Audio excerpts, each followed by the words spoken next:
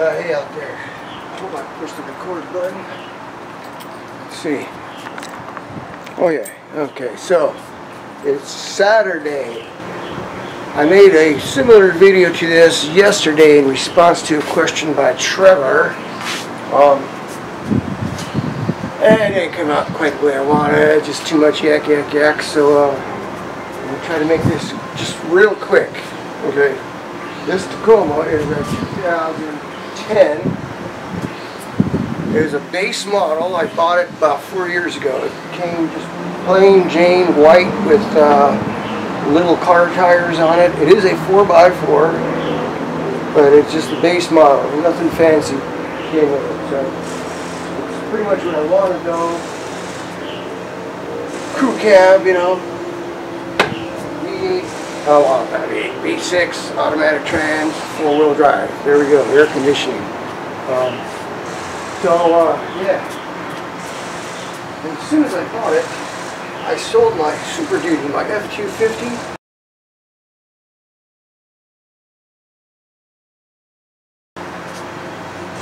So that gave me money to throw into the truck right away. So, you know, for suspension, I went with the Old Man Emu kit.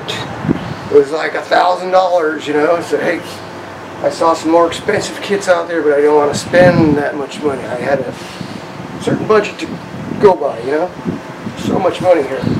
I had other things I wanted to do, so there was $1,000 for our Old Man Emu kit. All new springs all the way around. Since then I've upgraded the shocks and the struts. Got through the Bilstein 5100s, Nitro Charger Pros. That Old Man Emu sent me at a discount. Yeah. And right now I'm on the Rancho RS 9000 XL. The adjustable shocks still seem to be doing a very good job. Bit of an improvement, especially off-road. I was getting way too much bounce on the front end of this truck and this rebound. There, it takes care of that.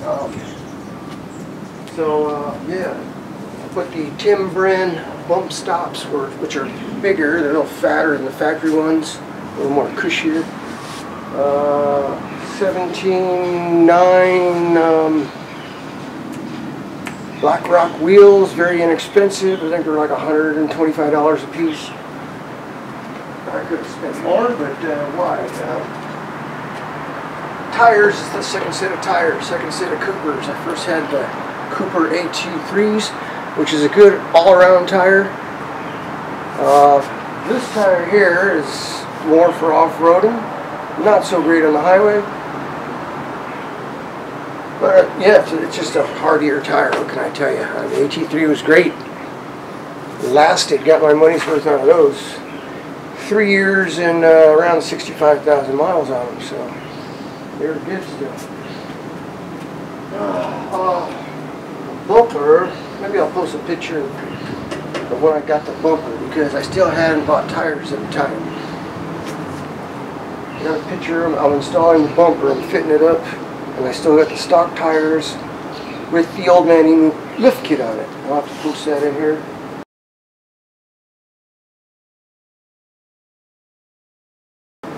So this was about $1,200 without the fog lights. Fog lights are extra. I bought those later. Those were like $90 extra. What's the front? Smitty built winch. Turn this camera a little this way. By the way, it's about 12:42. I went for a hike this morning. Man, it got hot. When I started hiking at 9, I was back by 11, but it was phew.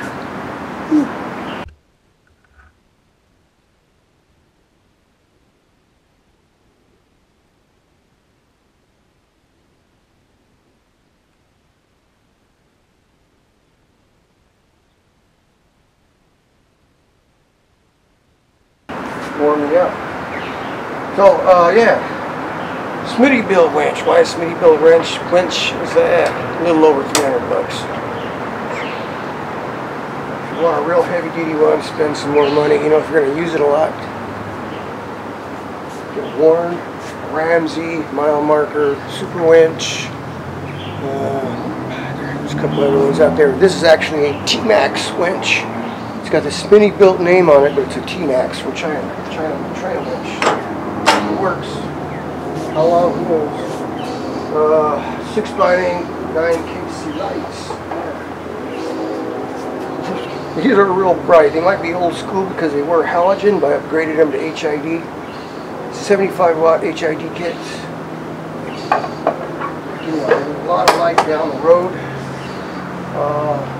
And I also have an Ocbeam,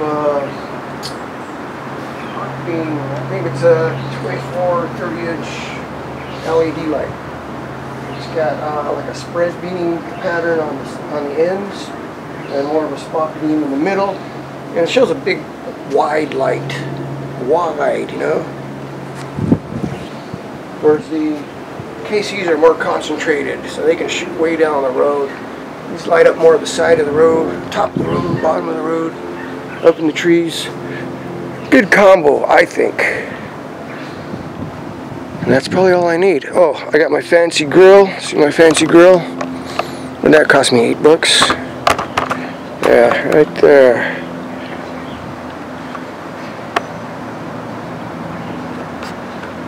Spent a lot of money on that one. Rock sliders, all pro off-road rock sliders. Good stuff, good for the money. I've only nicked them once right here. No damage other than scratching the paint off them.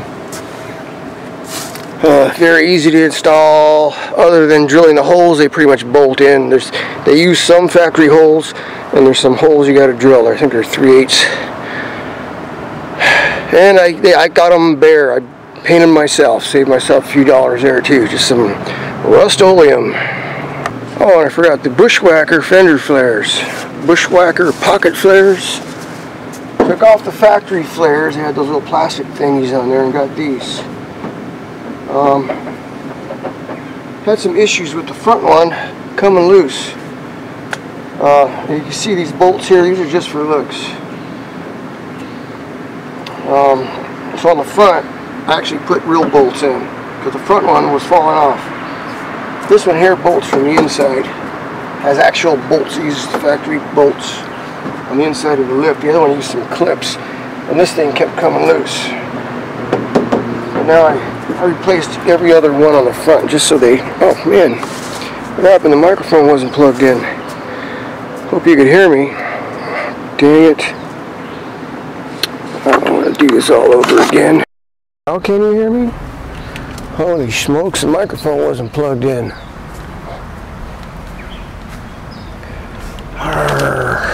Alright. I only wanted to do one take on this. So in the back, I got a Lear top and a ladder rack or a lumber rack because I'm a construction worker. And when times get slow and I need to make money, I need to use that rack carrying things around. That's the only reason why it's on there. Now I got a Fab 4 bumper in the rear. I like the design and everything. It's very well built.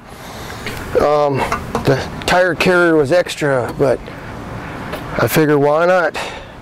Another $400 extra. The bumper itself, I think, was over $700, and then the carrier itself was another $400. So we're up another $1,300 bucks. But it is heavy duty. It's well made. I did have to, you know, I do need a full-size tire. So yeah, a full-size spare is what I mean. The ground's getting hot.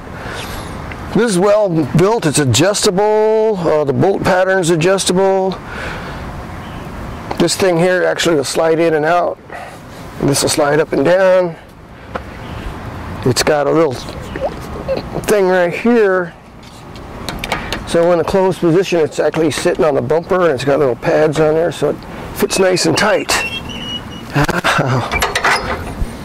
Nice little cantilever handle thingy on there. It's cool. I got a little cable lock on there just to discourage thievery, and also got a lock underneath the cover there, a wheel lock, if you know what I mean. Oh, one more thing, yeah, on this top, I got it with the windows, so when I'm off-roading and camping, I don't have to climb in the back to get anything. I can pretty much reach in here. I mean, if the truck was any higher, it'd be a problem. I need something to stand on, but this isn't too bad. As long as nothing's down on the bottom. If something's down on the bottom, it's kind of a pain to reach in there. It could use bigger windows or a bigger door or something. Because there are times where like, oh man, I can almost reach it, but I can't get that last beer out of there. Yeah, so maybe next time I'll put more of a utility style shell with a big door. The whole door opens up. It'd be a whole lot more useful. It works though, it does the job. You know, it's just little things I didn't think about when I got it. I figured, yeah, I can get through the window there. Shit, I almost get stuck. I almost get stuck trying to get in this thing, you know? I mean,